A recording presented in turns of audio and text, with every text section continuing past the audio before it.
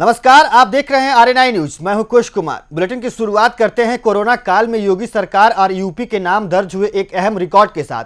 दरअसल corona virus से जारी जंग में पीएम मोदी की राह पर चलते हुए सीएम योगी ने भी आपदा में अवसर पर जोर दिया था और अब सीएम की इस अपील का सीधा असर भी दिखने लगा है। दरअसल आपदा को अवसर में कैसे तब्दील किया जाए, ये उत्तर प्रदेश की योगी सरकार ने कोरोना काल में सैनिटाइजर का रिकॉर्ड उत्पादन कर साबित किया है। आबकारी विभाग के आंकड़ों के अनुसार राज्य की चीनी मिलों और छोटे इकाइयों में 24 मार्च से 15 नवंबर 2020 तक 177 लाख लीटर सैनिटाइजर का रिकॉर्ड मात्रा में उत्पादन किया गया, जिसकी बिक्री से सरकार को 137 करोड़ रुपए का राजस्व मिला है।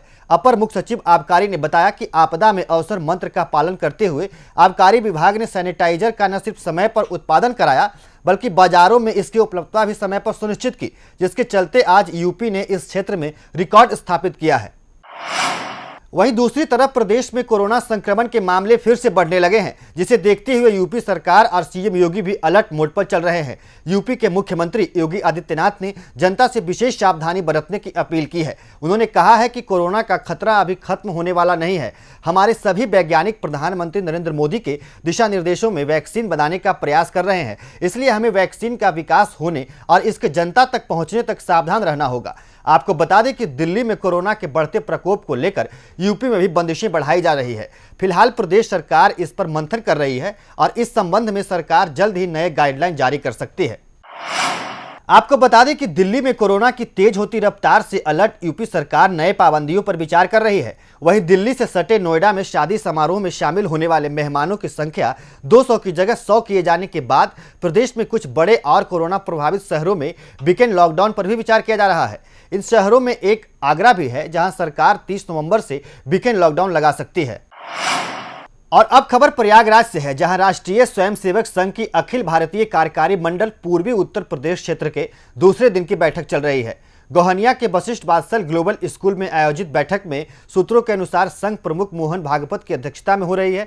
इस बैठक में राम मंदिर की भव्यता और दिव्यता को लेकर जन जागरण और राम मंदिर निर्माण में जन सहभागिता बढ़ाए जाने पर विचार विमर्श होगा। इसके अलावा सत्र के दौरान लव जिहाद और पर्यावरण संरक्षण जैसे मुद्दों पर भी गहन चर्चा हो सकती है। वहीं इससे पहले बैठक में कोरोना काल में उपजी बेरोजगारी की समस्या के समाधान का रास्ता खोजने पर भी मंथन हुआ।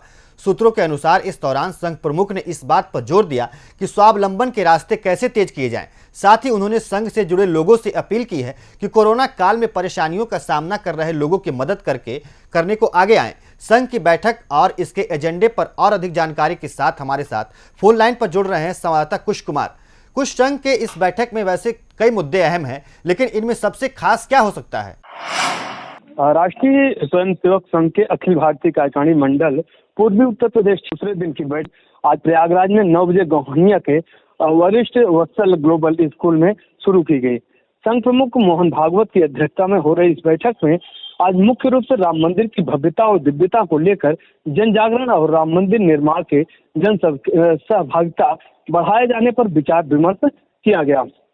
3 सत्रों में होने वाली आज की बैठक में लव जिहाद, पर्यावरण, गोरक्षा को लेकर भी चर्चा हुई।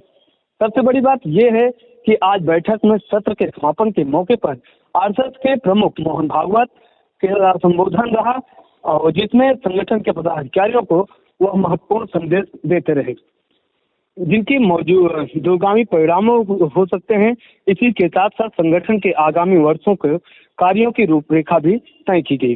पहले दिन के सत्र में जहां संगठन के क्रियाकलापों पर चर्चा हुई, तो वहीं कोरोना काल में स्वयं सेवकों द्वारा किए गए कार्यों की सराहना करते हुए सुरेश भैया जोशी की समीक्षा की गई।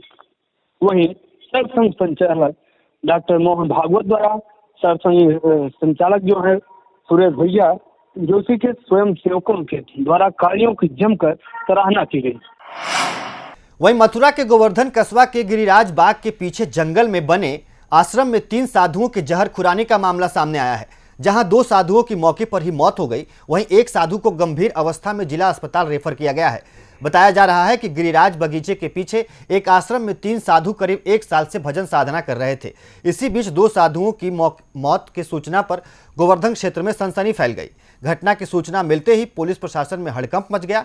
मौके पर पहुंचे थाना अध्यक्ष ने दोनों मृतक साधुओं का शव पोस्टमार्टम के लिए भेज दिया है, जबकि तीसरे संत को गंभीर हालत में अस्पताल में भर्ती कराया गया है, जहां उनकी हालत चिंताजनक बताई जा रही है। वहीं मृतक साधु गोपाल दास के भाई टीकम ने बताया कि साधुओं को जहर दिया गया है। हालांकि फिलहाल पुलिस इस पूरे मामले की पड़ताल कर रही है।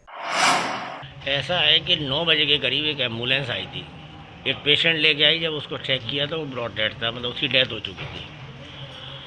और उसके संग आए लोगों ने बताया कि जो है उसने चाय पी है, उसमें कुछ मिला दिया है किसी ने, या उसने स्वयं कर लिया है। ये एक जांच का विषय है, एक अलग है।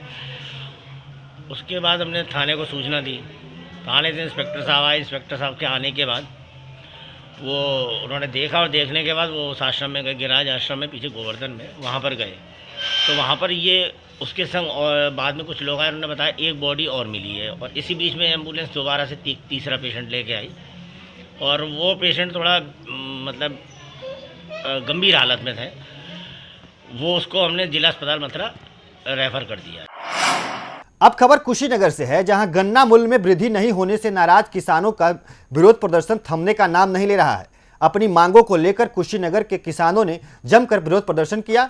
कुशीनगर के हाटा और रामकोला विधानसभा क्षेत्र में प्रदर्शन कर रहे किसानों ने कहा कि वे सरकार का ध्यान अपनी ओर खींचना चाहते हैं, इसलिए इस तरह का कदम उठा रहे हैं।